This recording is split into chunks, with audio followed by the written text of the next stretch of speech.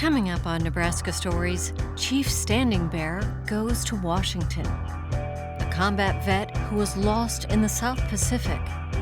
A small boy with a rare condition finds a new path to his future. And an artist who makes cool art with hot wax.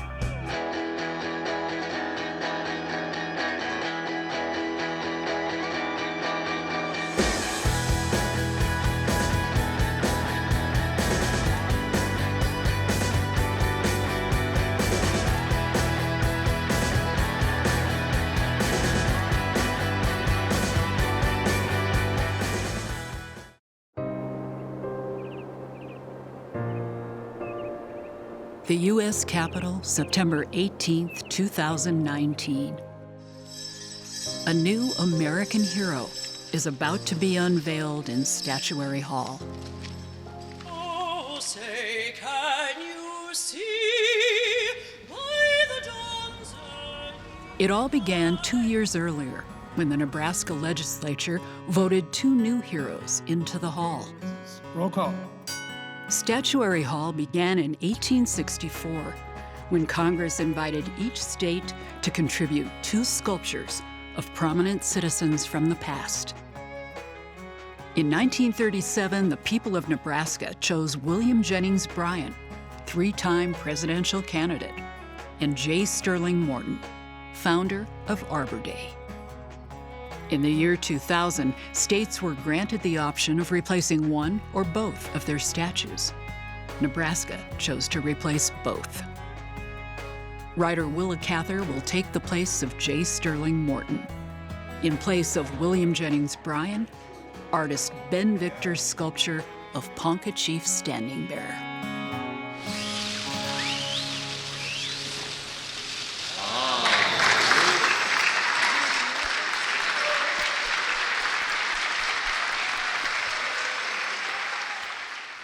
It's an honor to be here today to recognize a Nebraska hero and one of the most important civil rights leaders in our country that almost nobody knows about.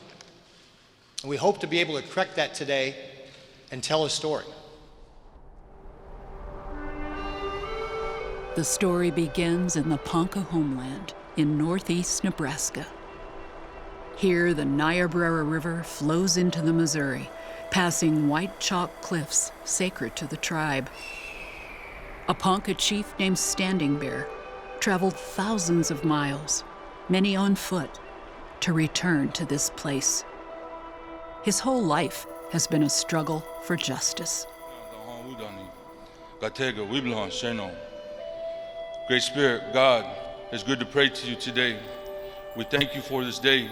We thank you for allowing each of us to be here. I ask that you watch over our Ponca people.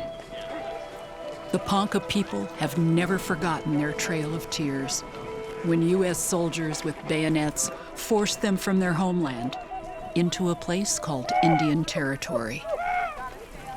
140 years later, they're reenacting that dark moment in history, step by step. The main thing that they were up against is the unknown. Where are we going? Why are we going here? If you can imagine being sent someplace that far away and not knowing what's going to happen. What happened was starvation and disease on a reservation in present-day Oklahoma. After the death of his 16-year-old son, Standing Bear and a small clan walked 500 miles back to Nebraska in the dead of winter to keep a promise. He defied those orders when he was in Oklahoma to come back up here, not only to bury his son's bones, but the blood of his people and the people before him ran in this ground. So there was a bond there, there was a draw there that brought him home. Going home made Standing Bear a criminal in the eyes of the government. Before he could be free to live where he wanted, he had to prove in court that he was a person under the law. It is almost unthinkable to us today that it wasn't until 1879 after Standing Bear's trial that Native Americans were declared to be persons for consideration of the law. Chief Standing Bear didn't seek to be a civil rights leader. He simply wanted to bury his dead son on their ancestral homeland. And in doing so, he called forth the essence of human dignity. And he changed the course of history in that transcendent moment when he raised his hand and said, I am a man. The same God made us both. It's that moment in court, just before Standing Bear speaks, that sculptor Ben Victor wanted to capture in bronze. He began with a clay model and shipped it to Lincoln, Nebraska, where people could watch as he worked on the final touches.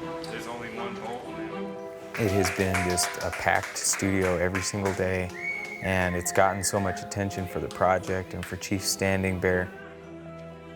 That spirit of Chief Standing Bear is still alive because he's still having influence over all of these people. And that influence is growing and thriving. It's not shrinking and dying. And so that's why projects like this are so important. From this clay model, Ben Victor cast 3 9-foot-tall bronze statues.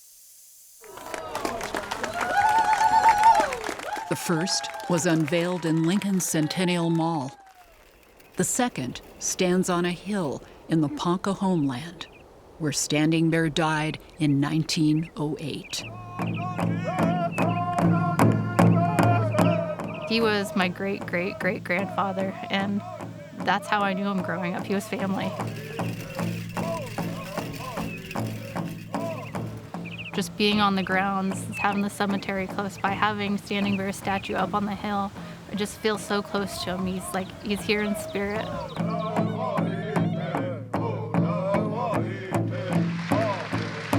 Now with the statue we enshrine in bronze our promise to build the better, more just future of which Chief Standing Bear dreamed. And we display that promise proudly in the U.S. Capitol so that thousands of people, everyone who comes through here, will see the statue and learn the story and be inspired and be challenged. From every part of the world, people can bear witness to it. From all over America, people can see it every day for generations, perhaps 7 generations at least to come.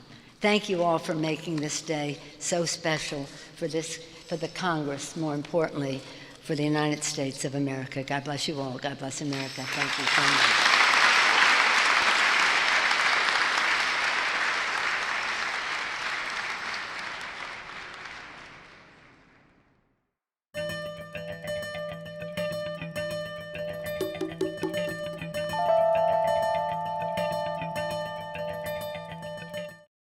This is our crew right here. The radioman, a fellow by the name of O'Neill, Scuda, the pilot, and myself. It's been more than 3/4 of a century, but memories of early 1943 come easily for John Busalis. I've been very flattered a couple of times when I asked people to pick it out. They picked me out as a pilot. He was a 23-year-old Navy radioman and a gunner in World War II, stationed aboard the USS Sewanee in the middle of the South Pacific. On February 27th, Busalis and his crewmates began what was supposed to be a routine anti-sub patrol. They were about 2 hours into the flight when their engine gave out. The pilot came on the intercom that we were going to go down. We landed at sea. A lot of people have the impression that landing on water is kind of a soft landing. However, this is not true. It's like hitting a brick wall. Uninjured by the hard landing, it took less than a minute for Busalis and pilot B.J. Scuda to get out of the sinking plane. They quickly deployed a life raft and grabbed an emergency survival kit. We had a hard time getting the radioman done because a Navy man couldn't swim. He was reluctant to jump in the water, but he knew that jumping in the water was the best of the 2 options that he had. In the distance, they could see an island, so they started paddling. Progress was slow, and there was no sign of anybody coming to rescue them. trying to help things along. The pilot and I got into the water and tried to push the raft. And that was all well and good until we saw some shark dorsals, and we got back in the raft in a quick hurry. After 4 days of paddling and nearly getting pulled back out into the open sea, the three men landed on the rocky coast of Erromango, a remote island about 30 miles long and 19 miles wide, more than 1,000 miles from the east coast of Australia. They had 7 ounces of drinking water left.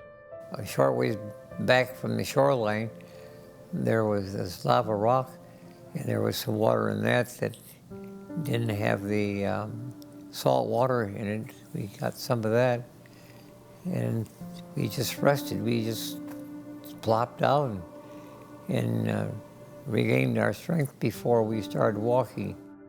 After days of sun and saltwater exposure, Busalis' feet were swollen and raw. The shoes here, where I had to cut them, my feet were so swollen. The men explored what they could, avoiding sharp rocks and coral snakes. They had run out of food on the life raft. March the 4th, that's Thursday, in cave, treating our wounds and resting up. Began to get hungry. Busalis reads from a report he wrote in 1943. Half-mile inland, we find oranges, limes, papaya, all very nourishing. After 4 days of wandering, Busalis and his crewmates spotted an island native out looking for a lost pig. He took them back to his village, where they were fed chicken stew and given more fruit, including pineapple he'll never forget. That pineapple vine ripened was the sweetest pineapple, the most tasty pineapple I'd ever eaten or have eaten since. A day later, the natives led Busalis and the 2 others to the other side of the island, where an Australian man named S.O. Martin had a cattle ranch and a small house. We got a little bit disturbed. When he first saw us, he started to laugh. It kind of bothered us a little bit, but then he told us that his hobby was collecting American airmen, because there was others that had cracked up there before we did. Busalis, Skuta, and O'Neill spent the next 25 days recovering at the ranch.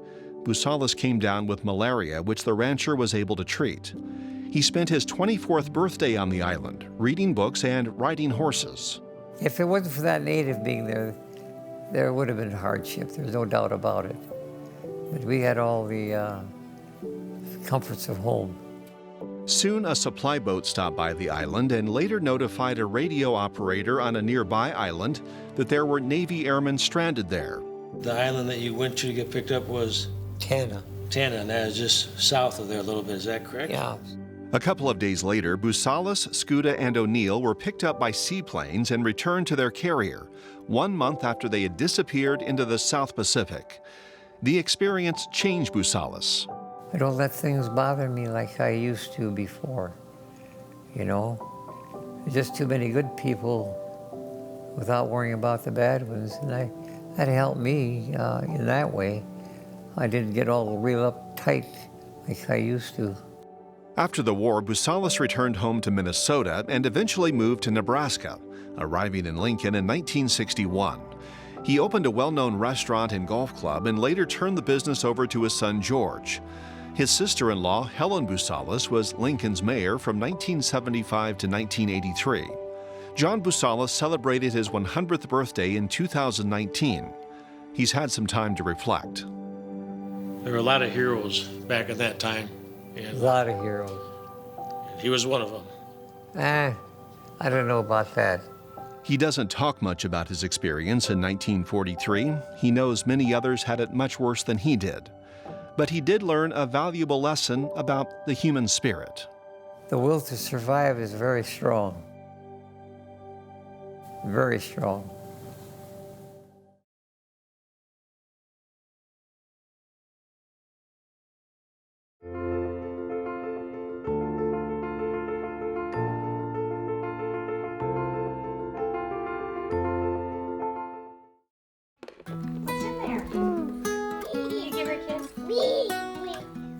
Leo is such a sweet boy. He is a joy to be around, full of energy, and he likes to be independent. He surprises us every day with something new he does, makes us laugh constantly. Just overall a great, funny kid and has his own personality. In 2014, I was in my third year teaching job at St. John's. They hired a new second grade teacher and she caught my eye, and after a couple months we started dating, and then a year and a half later we were married.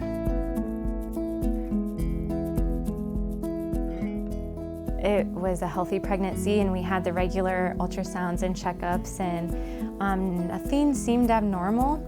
Even from the ultrasounds, everything came back clear and good news. With this being our first child, everything was new, and just the uncertainty and just overall excitement though, ready to begin this new journey.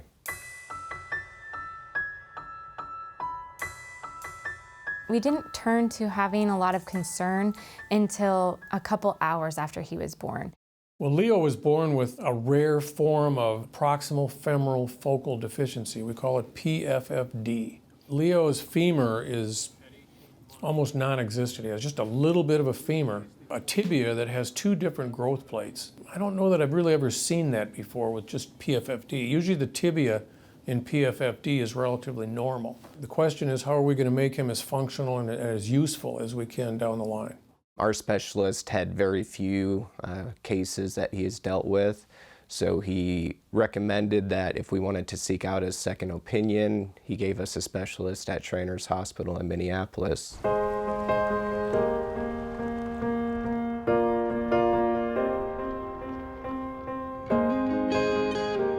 We made our first trip up there and met with the staff and the specialist, and we just felt at peace there, walking in to the waiting room and seeing those children with prosthetics, just a feeling of calmness and knowing that we were in the right place with the right people. They took us in with open arms. They were so positive. They gave us all kinds of gifts, and it was a really positive experience. Shriners is a pretty unique situation where the majority of our patients that come here, it's a very unique thing for them. They're one usually in their whole town. And when they can come here and they can see other kids that have the same thing and they start to play with other kids who are, missing the same arm or missing the same leg, it gives them a sense of belonging and acceptance. They welcomed Katie and Tony and Leo right from the beginning and let them know that they're not alone. You just think of all these what ifs. What if Leo can't run? What if he can't walk? But having a plan and knowing that he can have a prosthetic and he'll be able to do normal kid things gives me hope and peace. Giving them that reassurance that, hey, we know what they can do, and for the most part, they'll do everything that their peers do. So there's different roadmaps, but on this patient, on Leo, he has a very short form, in fact, the shortest form of PFFD. So we're just waiting to see how this develops for a little bit longer and then make some definitive plans. In Leo's case, we'll probably some type of foot ablation and using that tibial segment as a new femur and then placing a mechanical or a microprocessor knee underneath that structure when he gets older, and then walking like an above knee amputee. So that's typically what we're trying to produce as an adult PFFD patient, is something that's more like an above the knee amputee. To have a roadmap put in place, I would definitely say encouraging and more confident ourselves. In the beginning it was hard for him, but you wouldn't even notice when you put his leg on. He doesn't even seem like it's anything different than normal. And he always likes to go, and it doesn't hold him back.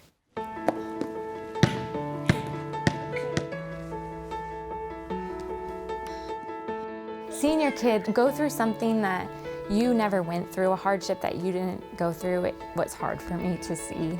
And so I think it's helped me grow and know that it'll be okay, and I'm here to support him even though he's going through something really hard and I don't know really anything about it. I can give him love still and help him through. It keeps us close. Yeah. We need each other to get through this, and just growing our relationship and and being there for Leo, our #1 priority. It's just been a really huge blessing how Shriners has worked in our lives, and that I'm really thankful for.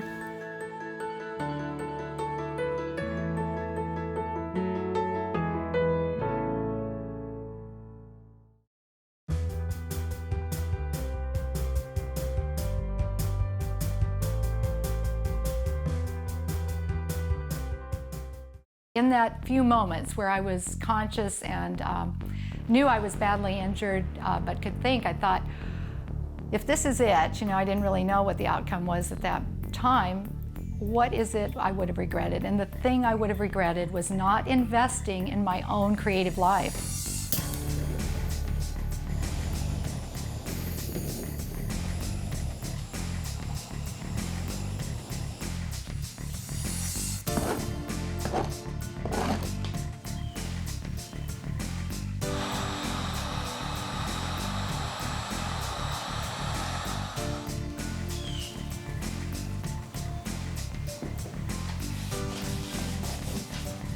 Ah, look at this. Whoa! I knew immediately this would become my medium for life. Come on! Okay, wax and resin getting melted. Encaustic is the use of hot pigmented wax, and it's the oldest and most durable painting medium. It's considered one of the most sophisticated of art mediums, and it's now coming back into favor with contemporary artists. It really is, for many encaustic artists, an instant love affair. And I think what it is it's the naturalness of the materials that you use, and the smell of those things, and the feel of wax. It's just very seductive. And what is it about it? It's just sensuous. It's just so captivating.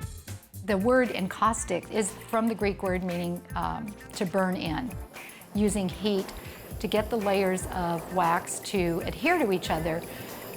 You may have 50, 60 layers of wax, but because of the process of heating, or what we call fusing, those layers become a solid piece, and they're very archival and can last 2,500 years. The culture that really made encaustic a part of our art history repertoire was the Egyptians, because they used it to do the mummy portraits. And those were done wax on wood, and they have lasted over 2,500 years. 600 of them survive into contemporary times. They're scattered all over the world, but most major Egyptian collections will have one of what is called the Fayum portraits, because they were found in the Fayum Valley in Egypt.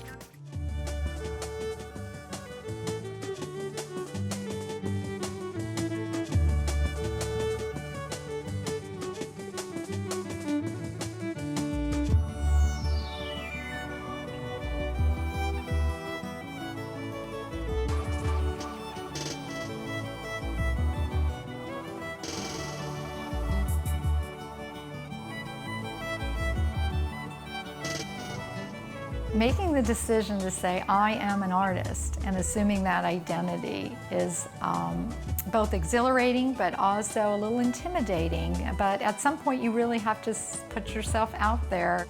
The thing you may think is your very best work, other people may ignore, and they may respond to something that is not maybe what you consider your best work, but it's okay.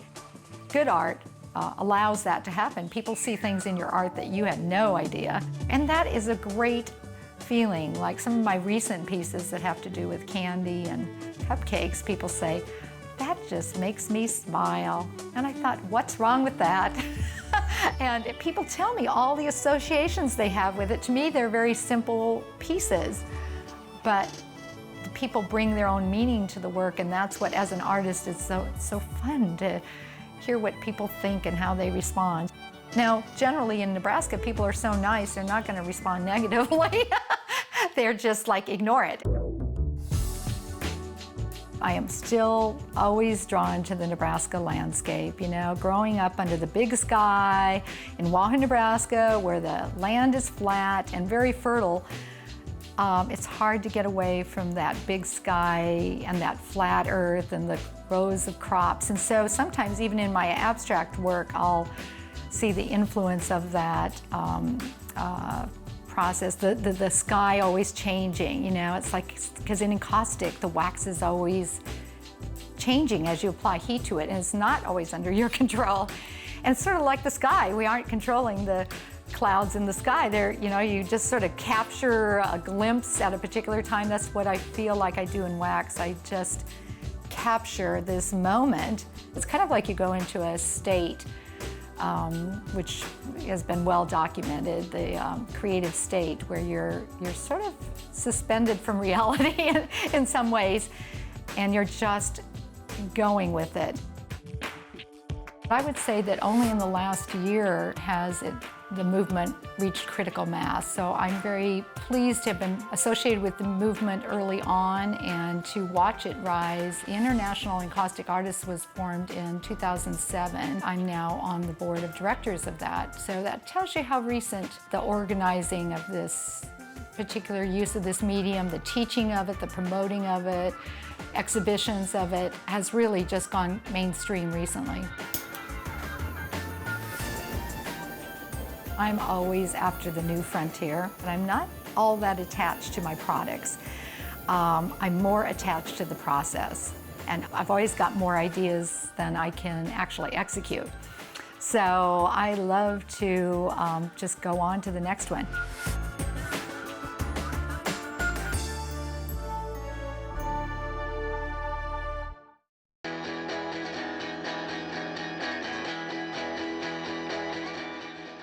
Watch more Nebraska Stories on our website, Facebook, and YouTube. Nebraska Stories is funded in part by the Margaret and Martha Thomas Foundation.